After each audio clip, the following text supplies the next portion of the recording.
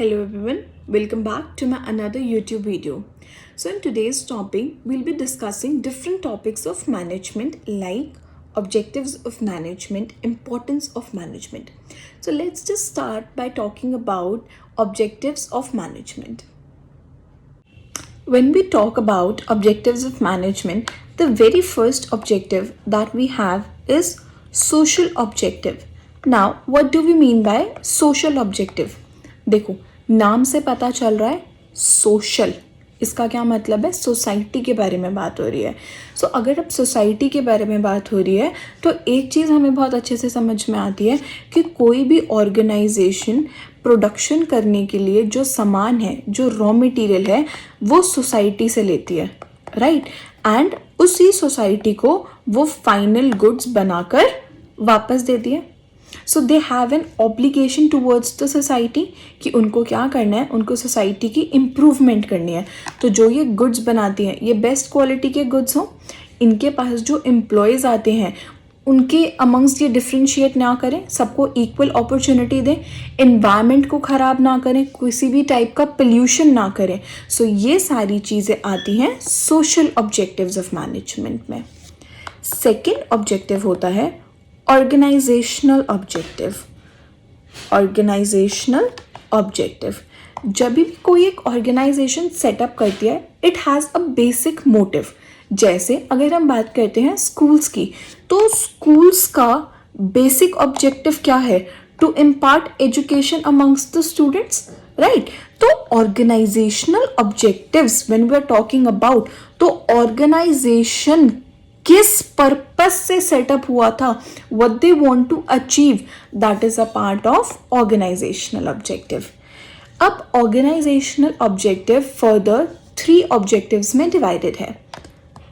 उसको हम कैसे याद करते हैं? जीपीएस के थ्रू याद करते हैं. What do we mean by GPS? GPS का मतलब है ग्रोथ,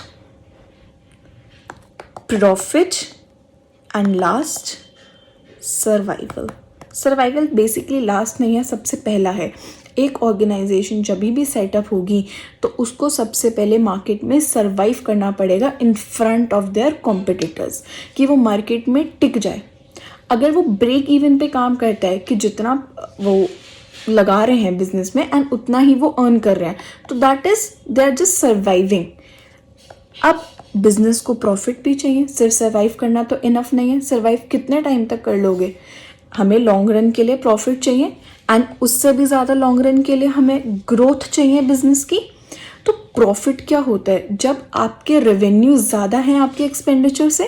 एंड लॉन्ग रन के लिए कोई भी एक बिजनेस क्या मांगता है? ग्रोथ मांगता है.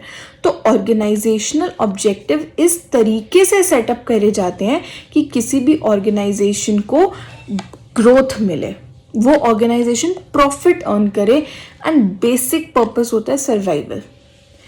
देन थर्ड ऑब्जेक्टिव आता है पर्सनल ऑब्जेक्टिव. पर्सनल ऑब्जेक्टिव, यहाँ पर पर्सनल ना किसके लिए? They are talking about their employees. अब एम्प्लॉयज के बारे में कैसे? एक ऑर्गेनाइजेशन में हमेशा अलग अलग टाइप के एम्प्लॉयज़ होते हैं. उन एम्प्लॉयज़ का अलग अलग बैकग्राउंड है. हो सकता है कि वो अलग स्टेट से हैं, अलग सिटी से हैं, उनका कल्चर अलग है, उनका रिलीजन अलग है. So they differ in every aspect. हो सकता है सेम है but in most of the cases they differ. अब उनकी ना अलग अलग टाइप की नीड होती है. तो ऑर्गेनाइजेशन का काम क्या है? उनकी इस नीड को फुलफ़िल करना. उनकी नीड किस टाइप की हो सकती है? हो सकता है कि उनकी कोई फाइनेंशियल नीड है, मॉनेटरी पर्पस के लिए वो लोग वो जॉब कर रहे हैं. तो ऑर्गेनाइजेशन का ये ऑब्जेक्टिव है कि वो अपने एम्प्लॉयज़ की फाइनेंशियल नीड को फुलफ़िल करवाएं. देन हो सकता है उनका कोई एम्प्लॉय सोशल नीड के लिए काम कर रहा है. सोशल नीड मतलब रिकग्निशन, स्टेटस सिंबल, इन सब के लिए काम कर रहा है. तो ऑर्गेनाइजेशन का काम क्या है? अपने एम्प्लॉयज़ की नीड को समझना एंड उनको फुलफिल करना. So this is the objective of management, to fulfil the need of the different employees. So अगर हम बात करते हैं ऑब्जेक्टिव्स की, तो मेरे पास 3 ऑब्जेक्टिव्स हैं. The first objective is social objective, जिससे हम निकालते हैं S. देन सेकेंड ऑब्जेक्टिव हमारे पास आता है organisational objectives O and personal objectives से निकलता है P और SOP हमारा न्यूमोनिक बन जाता है to learn objectives of management. अब ऑर्गेनाइजेशनल ऑब्जेक्टिव्स 3 पार्ट में डिवाइडेड है, तो ग्रोथ, प्रॉफिट एंड सर्वाइवल हम याद करते हैं GPS के through. So SOP for objectives of management and then organisational objective 3 part में फर्दर डिवाइडेड है GPS। So the next topic is importance of management. Importance of management एक mnemonic से याद करते हैं, दैट इज AAIDD 8 से याद करते हैं। तो सबसे पहला न्यूमोनिक हमारा क्या है, that is management helps in achieving group goals. So management helps in achieving group goals. तो यहाँ पर आप A से याद रखोगे कि ये जो अचीविंग ग्रुप गोल्स हैं ये यहाँ पर है, अचीविंग ग्रुप गोल्स। अब हमने इतने टाइम से पढ़ा कि मैनेजमेंट क्या होता है, इफ़ेक्टिवनेस, एफिशिएंसी, उसके फंक्शंस, उसके ऑब्जेक्टिव्स, उसके features, but why do we need management? Importance, management ज़रूरी क्यों है? अगर मैनेजमेंट नहीं होगा तो क्या हो जाएगा? और अगर एक ऑर्गेनाइजेशन में मैनेजमेंट है तो वो क्या रोल प्ले कर रही है? हमें क्यों चाहिए मैनेजमेंट? अगर नहीं होगी तो क्या बड़ी बात है, मैं नहीं रखती अपने ऑर्गेनाइजेशन में मैनेजमेंट, क्या ऐसे काम चल सकता है? So let's talk about importance of management. अब पहला पॉइंट इसमें है management helps in achieving group goals. So यहाँ पर क्या है, मैनेजर सबको एक टारगेट देता है कि अगर मेरे को लेट्स से 2000 यूनिट्स सेल करने हैं एक साल में, तो सबके पास ये टारगेट है, सबको पता है कि उनको क्या अचीव करना है। वरना अगर ऑर्गेनाइजेशन में 10 एम्प्लॉयज़ हैं तो 10 लोग अलग अलग काम करेंगे। वो कोई सोचेगा मेरे को 2000 यूनिट का टारगेट अचीव करना है, कोई सोचेगा 3000 का भी हम कर सकते हैं, कोई सोचेगा छोड़ो चलो 1000 यूनिट भी अचीव हो जाएंगे तो काफ़ी है। But no, they are given with a single target, single organization goal which they have to achieve। तो सबको बाइंड करके रखता है, सबको यूनाइट करके रखता है, उनको बताता है कि उनको कौन सा गोल अचीव करना है। So second point, management helps in achieving personal objectives। personal objectives। सो यहाँ पर ये जो A है ये रिप्रेजेंट करता है ये वाला A। अब अभी हमने ऑब्जेक्टिव्स में पढ़ा था कि पर्सनल ऑब्जेक्टिव्स होते हैं मैनेजमेंट में कि जो लोग हैं वो अलग अलग नीड्स को सेटिस्फाई करने के लिए एक ऑर्गेनाइजेशन ज्वाइन करते हैं। वहाँ पे ऑर्गेनाइजेशन का क्या काम है कि उनके ऑब्जेक्टिव्स को फुलफिल करना।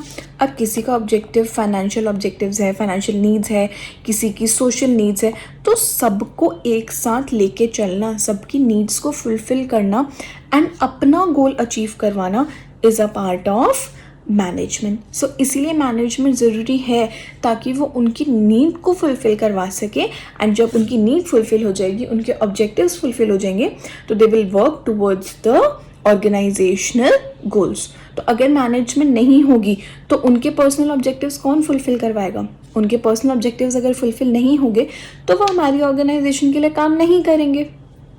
Moving forward, so third objective है हमारा, थर्ड इम्पॉर्टेंस है आई से। Now what does I mean? So management increases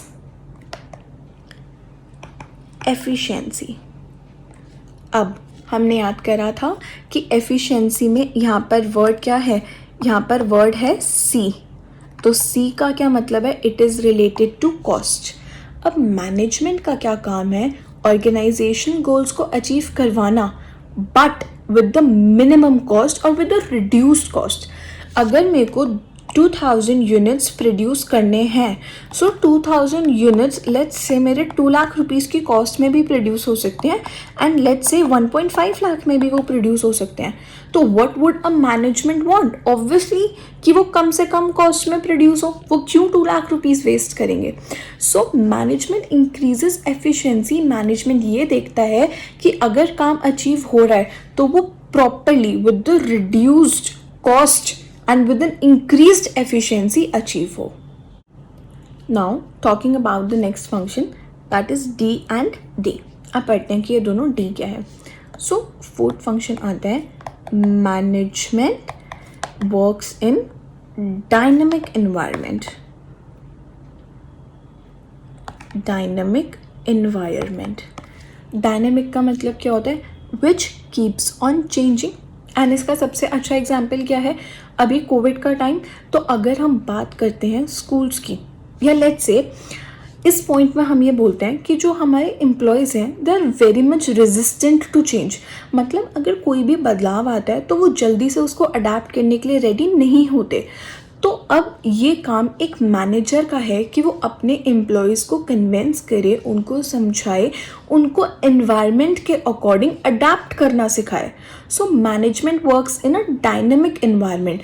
अब जैसे स्कूल्स की बात करते हैं, अगर टीचर्स मना कर दें कि हमें ऑनलाइन पढ़ाना नहीं आता, हम ऑनलाइन नहीं पढ़ाएंगे, तो अब कोविड का टाइम है, ऑनलाइन तो पढ़ाएंगे नहीं, ऑफलाइन बच्चा आ नहीं सकता. सो एक तरीका है कि हम पढ़ाते ही नहीं हैं. So is it the solution? No. So management का काम क्या है कि अपने एम्प्लॉयज़ को डायनेमिक एनवायरनमेंट में अडेप्ट करवाना, and this environment keeps on changing. So management work in dynamic environment. अगर मैनेजमेंट नहीं होगी तो एम्प्लॉयज़ से डायनेमिक एनवायरनमेंट में काम कौन करवाएगा? Moving forward to the next point, that is management helps in development of society. So development of society में बेसिकली हम सोशल ऑब्जेक्टिव्स की बात करते हैं कि मैनेजमेंट का काम क्या है कि सोसाइटी को good quality of products provide करना, जो अच्छी क्वालिटी के प्रोडक्ट्स हैं उनको वो ला के देना. देन उनके जो एम्प्लॉयज़ हैं उनको इक्वली ट्रीट करना. देन जो उनकी सोशल रिस्पॉन्सिबिलिटी है टुवर्ड्स द सोसाइटी उसको फुलफ़िल करना. तो अगर एक ऑर्गेनाइजेशन में मैनेजमेंट नहीं होगी, सिर्फ लोग होंगे, तो जो भी इंसान होंगे वो क्या होंगे? अपने पर्सनल ऑब्जेक्टिव्स अचीव करना चाहेंगे. वो सोसाइटी के बारे में क्यों सोचेंगे? नहीं सोचेंगे. तो सोसाइटी के बारे में कौन सोचेगा? So it will be the management who will look forward towards the development of society. Thank you so much for watching the video. If you have any doubt in any of the topic or in any of the point, do let me know in the comment box below and I'll surely take up your doubt. Thank you for watching the video and do subscribe to my channel.